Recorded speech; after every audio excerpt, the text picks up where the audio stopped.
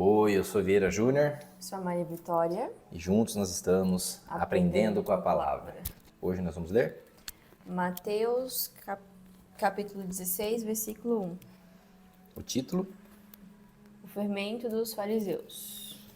Vocês vão prestando atenção nos sotaques, né? O fermento dos fariseus e o fermento dos fariseus que eu falo. Fermento ou fermento? Fermento. Fermento. Fala fermento. Fermento. E chegando-se os fariseus e os saduceus, pesquise o que é fariseu. O fariseu a gente já soube. Sim. O fariseu é aquele pessoal que era extremamente religioso, da turma lá dos judeus, né? Onde eles acreditavam muito na lei oral, então eles não tinham negociação. Eles eram os extremistas, os judeus extremistas ali, né? E eram grandes autoridades da lei, né? Eles eram pessoas que eram bastante respeitadas. Vamos colocar aí que seriam os anciãos, os padres, os pastores de hoje aí, né? Então, E os saduceus. Saduceus era um grupo de judeus que existiu na Judéia entre o século 2, né? Antes de Cristo e 70 depois de Cristo. E 70 anos. Quando o templo de Jerusalém foi destruído por Roma. Os saduceus eram uma seita política e religiosa que se caracterizava por serem materialistas e não acreditarem na ressurreição ou nos anjos, serem favoráveis à presença romana, Olha só. representarem a aristocracia dominante do judaísmo,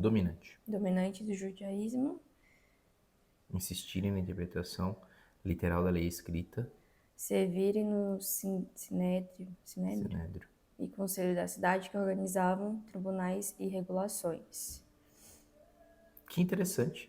Era um grupo, então, outro grupo extremista. Então você vê que sempre Jesus ele tinha problemas com grupos extremistas. Nossa, só aqui já traz um ensinamento gigantesco para nós, né? Jesus nunca foi extremista. Então todo padre, pastor, ele líder religioso, né, em geral, extremista. Aqui fala, né, que os saduceus eram pessoas que insistiam na interpretação literal da lei escrita, que era a lei de Moisés. Quantos que não querem insistir na interpretação literal disso aqui, ó? Estão mais preocupados com a letra, e a letra mata, né, como acontecia com a lei, do que com o sentido que isso aqui tem. O sentido espiritual, o sentido psíquico, até psicológico que isso aqui tem para nós. Olha só, quanta coisa já dá para aprender. Então, os fariseus e os saduceus eram dois grupos extremos, então, né? Chegaram para o tentarem, e para o tentarem, pediram-lhe que lhe mostrasse algum sinal no céu. Tipo assim, ó, faz algum sinal, um milagre aí. Faz aparecer algum sinal no céu pra gente ver que você é Jesus, você é filho de Deus. Mas ele, Jesus, respondendo, disse-lhes: quando é chegada a tarde, dizeis, haverá bom tempo, porque o céu está rubro. Rubro é meio avermelhado, né? Meio avermelhado. E pela manhã vocês dizem, hoje haverá tempestade, porque o céu está de um vermelho sombrio. Hipócritas, sabeis identificar a face do céu e não conheceis os sinais dos tempos? Nossa. O que ele está querendo dizer? Vocês vieram aqui me perguntar coisas que vocês já sabem. Vocês sabem avaliar o tempo, vocês sabem avaliar a tarde, a manhã. Vocês são tão doutores, que é isso que ele está dizendo, vocês são tão bons. E aí vocês vêm aqui agora querendo que eu diga hipócritas. Por quê? Eles estavam querendo colocar Jesus numa enrascada. Era mais uma casca de banana. E Jesus, tome de volta. Tem gente que pensa que Jesus era aquele ser assim, né? Oh, mulher, tadinha de você, vem cá, deixa eu cuidar. Oh, fariseus, oh, não, vem cá, eu sou Jesus, eu sou o amor em pessoa. Jesus metia o pé na cara das pessoas. Jesus era justo. Porque há uma diferença muito grande entre ser bonzinho e ser bondoso. Jesus, ele era bondoso, você consegue ver isso? Sim. O bonzinho é essa pessoa que só vai se lascar na vida, que não tem opinião própria, não sabe o que está fazendo na vida, não tem o propósito. Jesus nunca foi bonzinho. Chegou gente ruim tentando ferrar com a vida dele, ele tome de volta. Hipócrita. Ó, Jesus xingava as pessoas. Hipócrita. Sabeis diferenciar o céu, né? Uma geração má e adúltera pede um sinal. Olha só, ainda chamou os dois de mal E adulto. e adúltero. E nenhum sinal lhe será dado, senão o sinal do profeta Jonas. E, deixando-os, retirou-se. Qual que é o sinal do profeta Jonas? Jonas foi um profeta que ele recebeu uma ordem de Deus para ir pregar a palavra lá no Antigo Testamento. Nós vamos ler um dia. Para pregar a palavra numa cidade. Ele não foi. E aí ele entrou num barco e não teve paz naquele barco enquanto ele esteve dentro dele.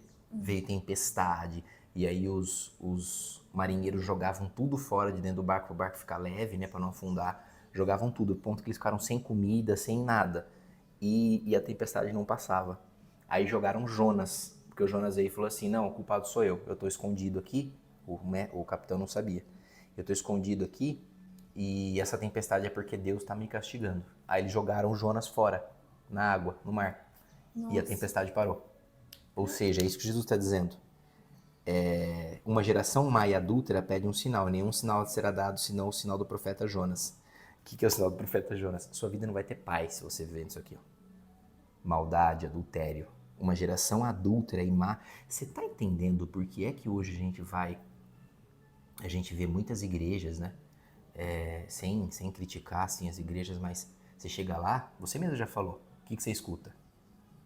Carro, casa, Bens materiais.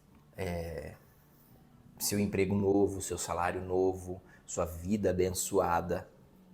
Mas uma geração má e adúltera vai pedir sinal, só que vai receber o sinal do profeta Jonas, vai ter tempestade na sua vida. Você pode até ganhar bens materiais, porque daí você vai sair lá emocionalmente forte, sabe? Tem aquela... Hoje não tem cultos em muitas igrejas, você tem palestras motivacionais. E aí você sai de lá super energizado, né? Claro que você vai prosperar, claro que você vai ganhar dinheiro, não todos. Que você vai ganhar dinheiro e vai atribuir isso a Deus. Mas a vida dessa pessoa não vai ter paz, porque quem comete maldade, quem vive em adultério, e adultério aqui, entenda, não tem a ver com sexo. Uma geração má e adúltera. Você pode cometer adultério no sexo, você pode cometer adultério com dinheiro, você pode cometer adultério com mentira, com palavras, você pode cometer adultério com o seu ministério, com o seu trabalho. O que é adultério? Tudo aquilo que é alterado. Qual que é a fórmula da água? A fórmula da água é H2O. Se eu jogar café aqui, pronto, já não é mais água. Eu adulterei a fórmula original da água. Nossa, eu nunca tinha visto por esse lado. É isso. Adulterar.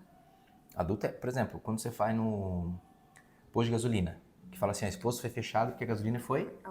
Adulterada. Adulterada. O que é Nossa. adulterar? Adulterar eu tenho uma fórmula, a gasolina, se eu não me engano, tá? É 70% gasolina, 30% álcool. Gente, não tenho certeza. Mas vamos partir desde que seja esse número. Aí eu vou lá e coloco 40% de álcool. O que eu cometi? Adultério. Eu tenho um padrão. Adultério. Qual que é o padrão que nós temos lido até agora? Amar o próximo, cuidar, não compactuar com a injustiça. Uma coisa que a gente viu muito, né? Não querer parecer ser grande sem ser, não querer ser melhor do que o outro, que é tudo que Jesus está brigando aqui, ó, contra o fermento, né, dos fariseus. Então, o adultério pode ser isso, e Jesus chama a geração de má e adúltera. Esse pessoal que comete adultério, que altera a situação original das coisas, que é o que ele pediu para nós, não vai ter paz. E aí você pode pegar como as pessoas vivem hoje. E saindo dali, se retirou. E passando seus discípulos para outra banda, tinham-se esquecido de fornecer-se de pão. Ou seja, os discípulos esqueceram de pegar pão. E Jesus disse-lhes: adverti e acautelai-vos do fermento dos fariseus e dos saduceus. E eles arrazoavam entre si, dizendo: é porque não nos fornecemos de pão. Ah, os discípulos entendiam o que Jesus falava, né? Ou seja, os discípulos esqueceram o pão. Esqueceram de levar pão para comer no caminho. Eles estavam em viagem. E Jesus falava assim, ó, cuidado com o fermento dos fariseus. E os discípulos falando assim, ele tá falando isso porque a gente esqueceu do pão. Mas não era. Mas ele não estava falando de pão. Jesus nunca veio falar de coisas materiais, ó, é o que a gente estava falando. Das igrejas que parecem grandes palestras e não tem pregação de palavra. É uma palestra motivacional. Sim. Jesus, percebendo isso, disse: por que arrazoais? Arrazoar é brigar, discutir. O que vocês estão comentando entre vocês, homens de pouca fé, sobre o não vos terdes fornecido pão? Por que vocês estão falando que vocês não pegaram pão? O que tem a ver o pão? Tinha que falar em parábolas com eles também. Jesus, não compreendeis ainda, nem vos lembrais dos 5 pães para 5.000 homens e de quantas alcofas, nossa, levaste? Olha que tapa! Gente, Jesus não era bonzinho. Jesus, ele era bondoso, ele curava todo mundo, ele tinha a palavra de vida eterna, mas ele dava muita pancada nas pessoas. Aqui, ele está chamando os discípulos praticamente de burro, de esquecido, de sem fé. Olha, ele chama, inclusive, né, de pouca fé, ó. Por que arrasou entre vós, homens de pouca fé? Homem de pouca fé na época era um xingamento, tá? Porque você olhava para o judeu e falava assim, homem de pouca fé. Ou seja, a única coisa que o judeu tinha na vida era fé.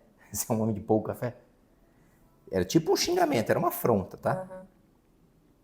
Por que vocês estão falando disso? Porque vocês não pegaram pão? Aí olha a pancada. Vocês não se lembram daqueles 5 pãezinhos, a gente leu aqui nos outros capítulos, né? Que eu transformei e alimentei mais de 1.000 homens e de que vocês ainda levaram pão nos cestos que sobraram? Ou seja, não vai faltar pão. Para de pensar que precisa ter pegado pão. Ai, vamos pra viagem. O pão, olha a nossa ansiedade aqui. Sim. E ele falando, viu, vocês não viram nada ainda. Isso a gente pode fazer pra nossa vida. Quantos milagres que a gente vê, quantas coisas que a gente vê, amor. Mas a gente tem momentos que a gente não acredita. Aí a gente sai da situação de ele multiplicou pão, no próximo sofrimento, nossa, e o pão? E o pão? E o pão? E Jesus fala, viu, eu já multipliquei, agora crê e vai, segue a vida. Nem dos 7 pães para 4.000 e de quantos cestos levastes? Ou seja, com 7 pães ele fez 4.000. Como não compreendestes que não vos falei a respeito do pão, mas que vos guardastes dos fermentos dos fariseus e saduceus? O que ele está falando? Não estou falando de pão, eu estou falando do fermento desses Essas pessoas más. extremistas. Sim. Pessoas más que ficam aqui, ó, só querendo sinal no céu. Vamos lá, vamos ver se é Deus mesmo. Vem aqui. Por quê? Qual que é o significado do fermento para a culinária? O significado do fermento é, eu tenho uma massa que ela é pequenininha. Essa é a verdadeira massa. Esse é o verdadeiro. Você vai lavar a sala, vai ficar desse tamanho. O fermento faz o quê? Uma massa desse tamanho, ficar assim, ó. Ou seja, Jesus compara a atitude dos fariseus com o fermento, que é o que as pessoas vivem em muitas igrejas. Elas crescem, mas o interior é oco. Nossa, verdade. É vazio. Não tem nada. Cresce, é maravilhoso, é lindo, mas o interior é vazio, não tem nada. E Jesus está falando, fuja disso, fuja dessas pessoas. Então compreenderam que não dissera que se guardasse do fermento do pão, mas da doutrina dos fariseus. Olha. Glória a Deus.